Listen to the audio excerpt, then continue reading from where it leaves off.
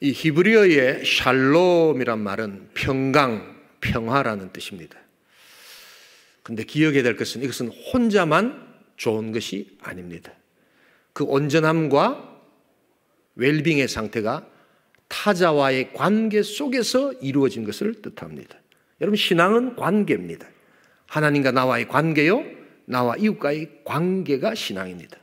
그래서 그 온전함과 웰빙이 관계 안에서 이루어질 때, 그래서 그 안에서 어떤 갈등이나 또한 분쟁이 해소된 상태를 가리켜서 샬롬이다라고 이야기합니다. 오늘도 예배 가운데 하늘에서 주시는 샬롬의 큰 평화가 있기를 주님의 이름으로 축복합니다. 사무엘상 25장은 욕심 많은 부자 나발이라는 사람과 이 다윗과 그의 측근들이 충돌 직전까지 가는 아주 위급한 상황에서 그 분쟁이 해결되어서 샬롬의 상태가 되는 것을 오늘 이야기하고 있는 내용입니다. 그 위급한 상황 가운데 샬롬을 가지고 오는 자, 그 사람은 아비가일이라는 아름다운 이름을 가진 한 여인이었습니다. 여러분, 인생은 삶의 전쟁터입니다. 여러분, 싸워서 이기는 사람보다 더 고수가 있습니다. 그것은 바로 싸우지 않고 이기는 사람인데, 이 영적 고수가 지금 아비가일이라는 한 여인의 모습으로 나타납니다. 자, 그래서 이 아비가일로 통하여 찾아오는 이 샬롬의 교훈, 그것은 무엇일까?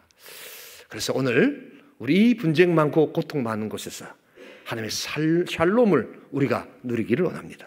샬롬은 언제 오는가? 첫 번째로 대속, 죄를 지고 대신 지고 감에 희생되어 오는 샬롬이라는 것을 오늘 보여주고 있습니다. 우리 다 함께 25장 우리 읽었던 본문이면 24절 같이 한번 읽겠습니다. 그가 다윗의 발에 엎드려 이르되 내 주여 원하건대 이 죄악을 나 곧 내게로 돌리시고 여종에게 주의 귀에 말하게 하시고 이 여종의 말을 들으소서. 지금 다윗과 그의 부하들은 지금 분노와 스트레스에 가득 차 있습니다. 외부적으로는 영적이고 정신적인 지도자였던 사무엘이 죽었습니다. 내부적으로는 계속되는 이 광야 생활 가운데 피로가 누적되고 있습니다. 그리고 또한 운영 자금이 고갈되고 있습니다. 그래서 더욱더 폭발시킨 내용은 좀 도움을 줄 것 같은 나발이, 이게 죄송합니다만 뒤통수를 치고 있는 겁니다. 나는 모르겠다, 도움 받은 적이 없다라고 이야기합니다. 당신은 이 자경단처럼 부자들의 재산을 좀 지켜주면서 이런 운영 자금을 받는 그러한 사람들의 무리들이 많았습니다. 그런데 이렇게 이야기를 하고 있는 겁니다. 우리 다 함께 25장 11절 같이 한번 읽어보겠습니다. 내가 어찌 내 떡과 물과 내 양털 깎는 자를 위하여 잡은 고기를 가져다가 어디서 왔는지도 알지 못하는 자들에게 주겠느냐 한지라. 이 근본도 없는 사람들한테, 이게 그냥 양아치 무리들한테 내가 어떻게 이런 걸 줄 수 있느냐, 뭐 이러고 앉아 있는 겁니다. 가만두지 않겠다고 다윗이 화가 나서 사람들과 함께 이제 그들을 죽이러 오는 장면이 바로 이 장면입니다. 그런데 바로 그때 이 평화의 수습을 하는 아비가일이 나타납니다. 다름 아니라 나발의 아내, 바로 그녀였습니다. 이 아비가일은 만나자마자 이 다윗에게 극진한 예우를 표합니다. 오늘 이 아비가일이 하는 대화가 전부 다 내 주여, 내 주여, 마치 왕은 아니지만 왕 앞에서 이야기하는 것처럼 그렇게 다윗을 극진하게 예우를 합니다. 극존칭의 예를 갖추는 것이죠. 여러분, 예절이 사람들의 분노를 누그러뜨립니다. 여러분, 예절이 중요합니다. 요사이는 예절도 없고 뭐 앞뒤도 없고 한 이런 시대가 되어버렸죠. 여러분, 예절이 회복돼야 합니다. 얼마나 중요한지 모릅니다. 사람을 만날 때, 분노를 가라앉힐 때 예절을 지키고 또한 예우해야 합니다. 무엇보다도 오늘 이 아비가일은 남편의 잘못을 자신의 잘못으로 끌어안고 있습니다. 이 죄악을, 이 남편의 죄악을 곧 내게로 돌리시옵소서. 여러분, 이러다간 잘못하면 자기도 죽고 남편도 죽을 수 있는데 그는 대속이라는 인간 본성을 거스리는 평화의 방식으로 다윗에게 찾아옵니다. 여러분, 대신 남의 죄를 대신 지고 간다는 것이 이게 대속의 원리입니다. 이것은 우리 인간 타락한 본성을 거스리는 방식입니다. 인간 타락한 본성은 내가 죄를 지어도 딱 잡아떼고 나는 죄 안 지었다라는 것이 인간의 본성입니다. 그러나 오늘 아비가일은 남편의 죄악이 나의 죄악입니다. 그것을 끌어안으면서 다윗에게 나아갑니다. 그러기에 분노로 통하여 분노의 안경을 가지고 아비가일을 바라보던 바로 그 모습이 누그러뜨림을 당하는 그러한 모습으로 나타납니다. 여러분, 이 아비가일의 방식은 장차 하나님 나라 메시아였던 예수 그리스도께서 인간 구원의 방식을 예표하고 있다는데 중요성이 있습니다. 여러분, 주님과 하나님과 인간의 가장 큰 갈등 불화는 무엇입니까? 바로 죄로 인한 영적 죽음의 상태를 뜻합니다. 이것은 그 어떤 인생도 스스로를 구원할 수 없는 악한 상태입니다. 그러나 딱 한 분, 우리 주 예수 그리스도께서 우리의 죄를 대신 지시고 하나님과 함께 하나님의 편에서 우리 죄를 사유시는 이 대속의 원리를 우리에게 허락하심으로 말미암아 우리는 구원을 얻은 복된 백성이 되었습니다. 우리 다 함께 이사야 53장 5절을 같이 한번 읽어보겠습니다. 그가 찔림은 우리의 허물 때문이요 그가 상함은 우리의 죄악 때문이라. 그가 징계를 받음으로 우리는 평화를 누리고 그가 채찍에 맞음으로 우리는 나음을 입었다. 그가 찔림은 우리 허물 때문입니다. 그분은 죄가 없으셨습니다. 그가 상함은 우리의 죄악 때문이었습니다. 그래서 그가 징계를 받을 때 우리는 비로소 샬롬을 얻을 수 있게 되었다는 것입니다. 여러분, 이것은 하나님의 뜻입니다. 인간 본성을 거스리는 하나님의 역사입니다. 여러분, 이 예수 그리스도, 이분이 우리의 구원자가 되시고 구주가 되십니다. 여러분, 어떤 물질로도 어떤 이념으로도 우리는 하나님과 화목할 수 없다는 것을 잊지 말아야 합니다. 어떤 사상도 오직 나의 죄를 대신 지시고 가시는 그 그리스도의 대속의 죽음, 바로 그것을 해서 그분이 고통받을 때 우리가 나음을 입었다는 것을 잊지 말아야 합니다. 다윗과 나발의 샬롬의 관계는 전혀 관계없었던 아비가일이 나발의 죄를 짊어짐으로 말미암아 시작된 하늘의 평화의 것을 기억할 수 있기를 소원합니다.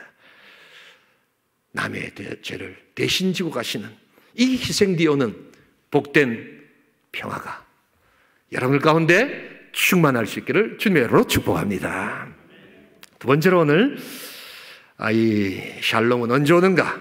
대속의 희생 뒤에 오는 샬롬이요. 두 번째는 지혜로움 뒤에 오는 샬롬이라는 것을 보여주고 있습니다. 우리 다 함께 25장 18절을 한번 읽어보겠습니다. 함께 읽습니다.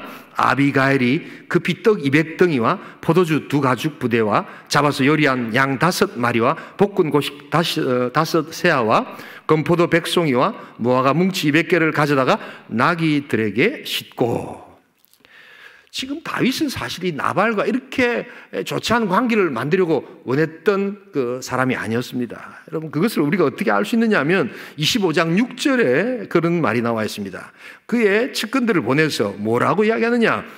6절 제가 읽겠습니다. 그 부하게 사는 자에게 이르기를 너는 평강하라. 내 집도 평강하라. 내 소유의 모든 것도 평강하라. 이게 다윗의 뜻이었습니다.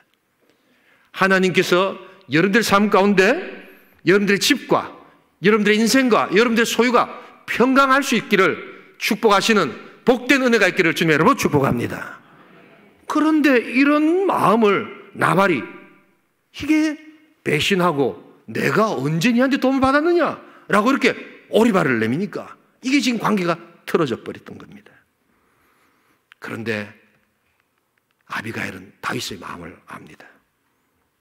이 아비가일이 2가지로 아주 지혜롭게 행동을 합니다. 무엇보다도 아비가일은 다윗의 입장에서 다윗의 마음을 공감합니다. 왜냐하면 다윗은 리더거든요. 그런데 600명이나 되는 식솔들을 지금 이끌고 가야 됩니다. 거기 가족들까지 합치면 한 1000명이 넘어가는데 이거를 먹이고 살리고 해야 되는데 운영 자금이 없습니다. 빈손으로 오지 않습니다. 그가 동원할 수 있는 최고의 음식들을 가지고 이걸 가지고 당신의 신하들에게 먹이소서라고 이렇게 내어주는 겁니다. 가장 다윗이 지금 필요로 하는 것을 딱 알고 채워주는 겁니다. 지금 이 문제가 생긴 것이 바로 그 문제 때문이었거든요. 압니다. 당신이 리더로서 얼마나 저 사람들 이끌어가는 게 힘든 줄 압니다. 이렇게 공감하는 거예요. 여러분, 우리가 섬김의 사역을 할 수 있기를 소원합니다. 근데 섬긴다는 게 뭔 줄 아세요? 상대방의 필요를 채워주는 것이 섬김입니다. 아무리 내가 섬긴다 하는데 상대방의 관심도 없고 자기 원하는 거 툭 주면서 섬깁니다. 그건 섬김이 아닙니다.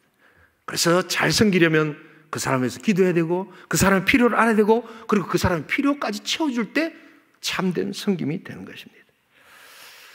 또한 이 아비가일은 자기 남편이라고 무조건 감싸지 않았습니다.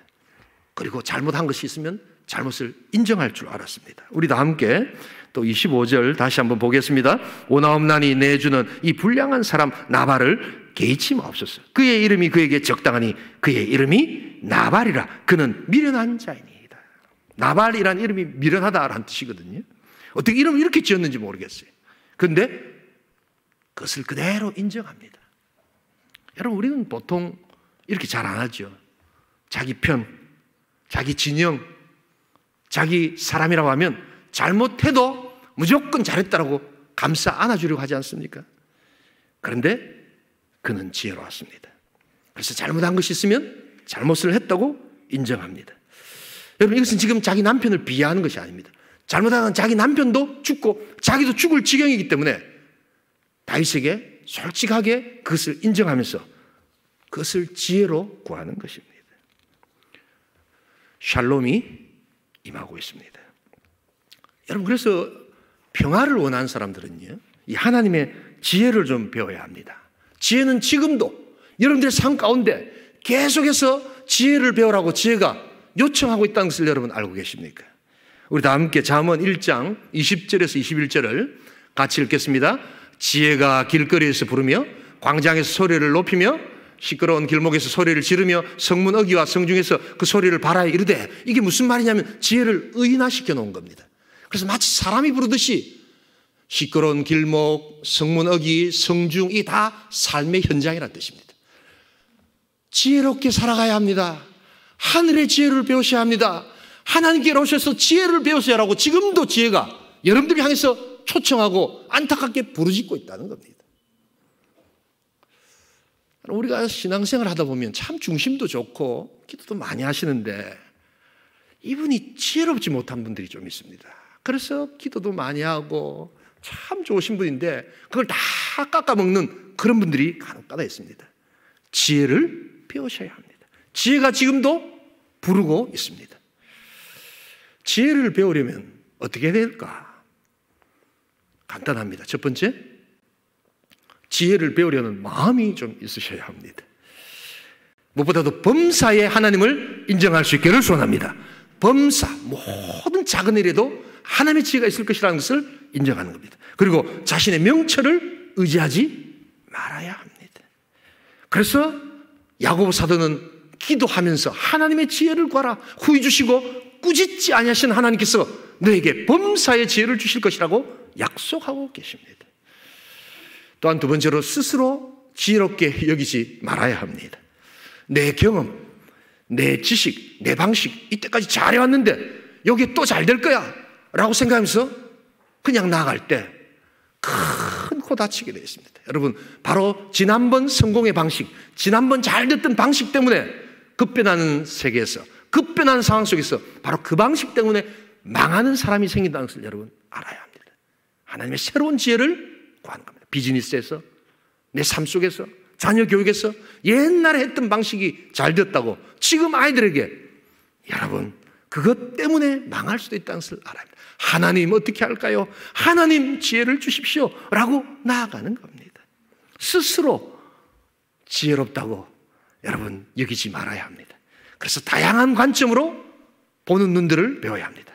말씀의 관점으로, 또한 상대의 눈의 관점으로, 또한 책과 새로운 환경과 멘토와 영적 경험이 있는 자들을 통해서 여러분 귀를 열고 다양한 관점에서 문제를 보는 그러한 자세가 필요합니다.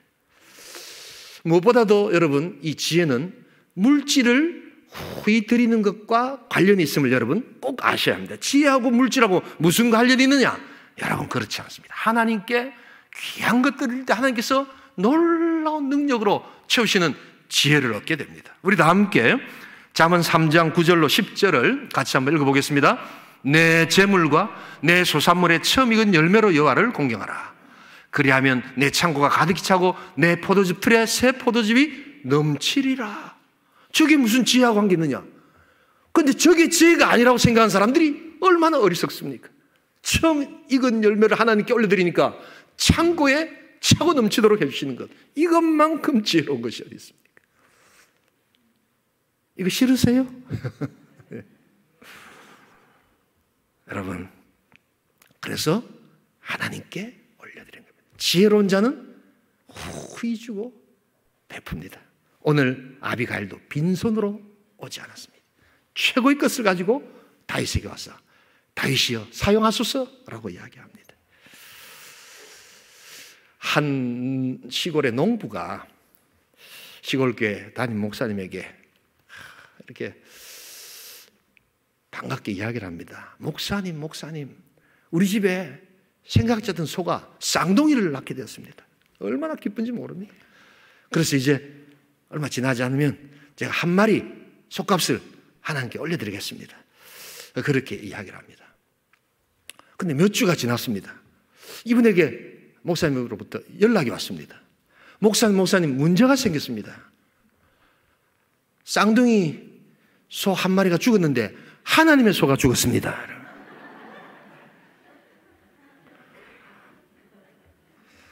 항상 죽은 쪽은 하나님 쪽입니다. 어리석은 자입니다. 그러나 나의 것이 죽더라도 하나님의 것을 살려드리는 자가 참 지혜자입니다. 바로 하나님께서 그렇게 지혜를 주시는 겁니다. 우리 교회는 2021년 긍휼 사역을 또 시작했습니다. 우리도 어렵고 우리도 힘듭니다. 그러나 우리는 2020년 너무 힘들고 어려운 상황에서도 우리는 지역을 향해서 베풀었고 또한 힘들고 어려운 자를 향해서 찾아갔습니다. 수많은 사람들이 편지를 우리들에게 보내주면서 온천교회에 그 깊은 감사를 표했습니다. 2021년에도 우리는 이 지역을 향해서 우리 찾아갈 때 여러분 아까 보았듯이 어떤 한 분이 정말 이것은 단순히 물건이나 음식이 아니라 주님이 주신 주님의 손길이요 선물입니다라고 외인의 입을 통하여 하나님께서는 증거케 하여 주신 줄 믿습니다. 여러분, 서아무개라고 쓰셨는데 본인 이름을 쓰셨는데 우리가 혹시 실명이 노출되면 신뢰가 될까 봐 그렇게 했습니다. 어떤 분들은 서아무개가 누구? 이러시더라고요. 보니까요. 네. 여러분, 그런 작은 우리의 사랑이 지역에 우리 교회와 이 지역 주민들과 샬롬을 만들어내고 있음을 여러분 알아야 합니다. 거기에 아주 작지만 놀라운 하나님의 평화가 일어나고 있는 것입니다. 지혜 뒤에 오시는 놀라운 평화를 누리시는 복된 성도 될 수 있기를 주님으로 축복합니다. 세 번째로 오늘 지혜는 어떻게 오는가? 무엇보다도 대속의 희생으로 지혜는 오고 있으며 또한 지혜로움 뒤에 이 샬롬이 오고 있으며 세 번째는 언약을 확증한 후에 샬롬이 오고 있음을 오늘 보여주고 있습니다. 우리 다 함께 25장 우리 28절 29절 쭉 같이 한번 읽어보겠습니다. 주의 여종의 허물을 용서하여 주옵소서. 여호와께서 반드시 내 주를 위하여 든든한 집을 세우시리니 이는 내 주께서 여호와의 싸움을 싸우시며 내 주의 일생에 내 주에게서 악한 일을 찾을 수 없음이니이다. 사람이 일어나서 내 주를 쫓아 내 주의 생명을 찾을 때라도 내 주의 생명은 내 주의 하나님 여호와와 함께 생명 싸개 속에 쌓였을 것이요 내 주의 원수들의 생명은 물매로 던지듯 여호와께서 그것을 던지시리이다. 여러분, 이 아비가일의 이 샬롬에서 가장 도드라진 것 중에 하나가 아비가일은 언약을 정확하게 이해를 하고 있었다는 겁니다. 하나님과 다윗의 언약의 관계를 정확하게 이해하고 그것을 다시 반복하고 그것을 다윗에게 알려주었습니다. 다윗의 광야의 고난, 지금 이렇게 생고생을 하고 내가 지금 내 체면에 도와달라고 이야기를 해가지고 거절당하고 이게 왜 시작됐는가? 현재의 고난은 장차 미래에 올 영광스러운 통일 이스라엘의 왕이 될 것을 하나님께서 약속하신 그 약속 때문에 경험하는 지금 전초 훈련 아닙니까? 그러기에 당신은 여호와의 싸움을 싸우고 계십니다. 야, 기가 막힌 표현을 쓰고 있지 않습니까? 전쟁은 하나님께 속한 줄 믿습니다, 여러분. 하나님은 당신을 생명싸게 탁 쌓아서 어떤 원수로부터 당신을 보호하실 것입니다. 여러분, 다윗이 얼마나 두렵겠습니까? 다윗이 얼마나 힘들겠습니까? 다윗의 마음을 쏙 빼게 만드는 가장 확실한 언약의 증표, 바로 하나님이 당신을 지켜주실 것입니다 라는 말을 이렇게 표현하고 있는 겁니다. 다윗이 얼마나 은혜를 받았는지 이 아비가일을 너는 하나님이 보내신 자다, 너의 지혜를 칭찬하고 내가 복을 내리겠노라, 그렇게 이야기합니다. 우리 다 함께 32절 같이 한번 읽겠습니다. 다윗이 아비가일에게 이르되 오늘 너를 보내어 나를 영접하게 하신 이스라엘의 하나님 여호와를 찬송할지로다. 여러분, 너는 하나님이 보내신 자다. 내가 통제할 수 없는 내 불과 같은 이러한 분노로 인하여 만약 나발을 죽였다면 내가 어찌 되었겠나? 복수는 하나님께 속한 것입니다. 원수 갚는 것을 당신이 하지 마소서. 왜 쓸데없이 당신의 고결한 손에 그 어리석은 피를 묻히겠나이까? 여러분, 기가 막힌 한마디 한마디입니다. 바로 언약을 알고 있었던 겁니다. 원수를 갚지 마소서. 원수는 하나님께서 갚으실 것입니다. 당신의 뜻대로 하지 마시고 하나님의 뜻대로 하시옵소서. 당신의 계획대로 하지 마시고 하나님의 언약의 계획대로 하시옵소서.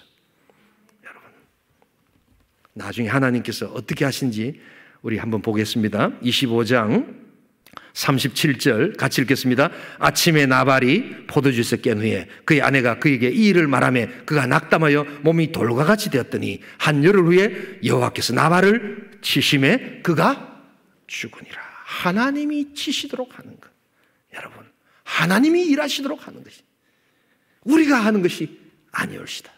여러분, 언약은 이렇게 확증된 후에 평화가 시작되는 것입니다. 여러분, 명검은 칼집이 좋다고 합니다. 명검이 가장 능력 있는 것은 이 칼집에 칼이 딱 담겨 있을 때 가장 파워풀하다고 합니다. 일단 이게 꺼내고 나면 누군가 휘둘러야 되기 때문에 여러분, 힘은 사라진다고 합니다. 칼집은 인내입니다. 칼집은 겸손입니다. 칼집은 언약의 성취를 기다리는 갈망입니다. 여러분, 그래서 분노와 우리의 계획과 우리 모든 것을 그 하나님의 언약의 칼집 안에 딱 집어넣고 기다릴 줄 아는 그러한 역사가 필요한 것입니다. 아비가일이 바로 이것을 다윗에게 가르쳐 줄 것입니다. 복수는 하나님이 하십니다.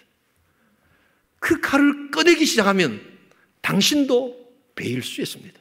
독안의 든지를 잡으려고 그냥 응징하려고 하면 독까지 깨트릴 수 있듯이 그것을 하지 않았던 다윗에게 칼을 꺼내지 마소서, 칼집에 두소서, 언약의 칼집에 두시는 것이 가장 당신을 위한 것이나이다.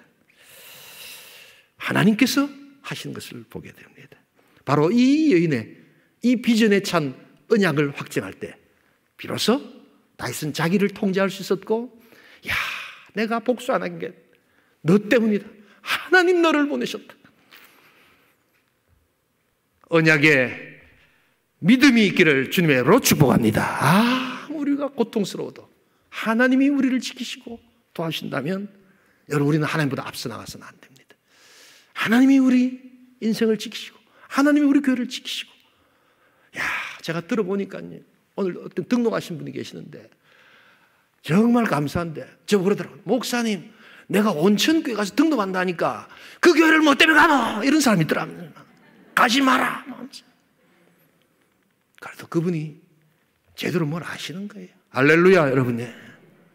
그런 우리 고난과 어려움이 있지만 여러분, 우리는 묵묵히 우리의 사역을 감당할 것입니다. 그래서 하나님 언약의 칼집 안에서 하나님이 우리 교회를 지키시고 이끌어 가시는 역사를 우리는 볼 것입니다. 이 여인의 한마디, 이 여인의 비전에 찬 언약이 확정했을 때 그것이 시대를 살리고 나라를 살리고 하나님의 나라는 이룩되어져 가는 것입니다. 안나 엘리너 루즈벨트라는 여인이 있습니다. 이 미국의 대통령 프랭클린 루즈벨트 대통령의 부인이 됩니다. 이 프랭클린 루즈벨트는 미국 헌정사상 4선, 원래는 이게 2번밖에 못하는 건데 4선을 한 아주 독특한 대통령입니다. 근데 여러분, 이 프랭클린 루즈벨트가 여러분 장애인 대통령으로 처음 대통령이 되었다는 것을 아십니까? 그는 38살에 청천벽력 같은 삶의 고통을 당합니다. 멀쩡했던 다리가 소아마비에 걸려가지고 두 다리가 다 쓰지 못하는 장애인이 되어버린 겁니다. 절망이 시작되었습니다. 고통이 시작되었습니다. 나는 이제 더 이상 살 소망이 없다. 그런데 하루는 비가 많이 오고 난 다음 맑게 개인 날 그의 아내가 휠체어를 타고 프랭클린 루즈벨트를 밖으로 데려갑니다. 그리고 산책을 하면서 이야기합니다. 여보, 세상은 이렇게 비가 온 다음에 맑게 개인 날도 있어요.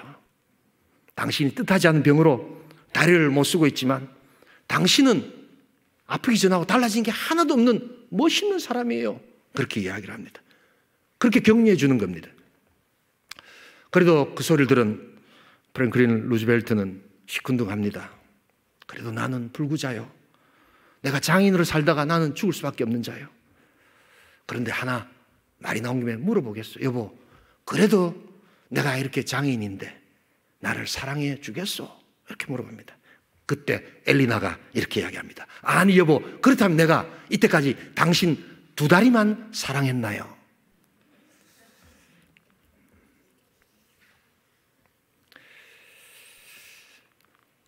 이 남편을 향한 비전과 소망에 찬 바로 그 말 한마디로 그는 영이 일어섭니다. 두 다리는 일어설 수 없지만 그의 정신이 일어서고 그의 마음이 일어서기 시작합니다. 그리고 그는 나중에 뉴딜 정책이라는 미국이 가장 역사상 경제적으로 어렵고 힘들 때 희망의 메시지를 가지고 그는 미국의 대통령이 됩니다. 그리고 그는 취임식 당일날 그렇게 메시지를 전합니다. 우리가 두려워할 것은 두려움 그 자체밖에 없습니다. 우리는 나아가야 합니다. 그리고 우리는 승리할 것입니다. 여러분, 그래서 미국을 건지고 4선의 대통령이 된 바로 그 대통령의 아내, 바로 엘리나의 그 말 한마디. 내가 그럼 당신의 두 다리만 사랑했나요? 그것이 바로 언약이었고 비전이었습니다. 바로 그것이 세상을 살리고 시대를 살리고 나라를 살리고 절망에서 희망을 주는 복된 말이 되었다는 것을 여러분 알아야 합니다. 오늘 이 시대의 아비가일이 언약으로 충만할 수 있기를 주님의 이름으로 축복합니다. 사랑하는 성도 여러분, 샬롬은 하늘의 선물입니다. 그 샬롬이 또한 이웃에게로 흘러가야 합니다. 언제 샬롬은 오는가? 대속의 희생 다음으로 오는 샬롬입니다. 지혜로움 다음으로 오는 샬롬입니다. 언약의 확증 다음으로 오는 샬롬이라는 것을 기억하면서 하나님께서 여러분들을 향해서 고통과 어려움과 우리 성도들 너무 고생하고 우리 교회 참 어려움 당했을 때도 하나님 여전히 우리를 지키시고 이끄신다는 것을 기억할 수 있기를 소원합니다. 하나님은 오늘 다윗을 통하여, 하나님은 아비가일을 통하여, 하나님은 오늘 말씀을 통하여 여러분들에게 외치고 계십니다. 너와 내 집과 내 소유의 모든 것이 평강하라. 하늘의 평화가 있기를 주님의 이름으로 축복합니다. 우리 시간 한번 기도하기를 원합니다.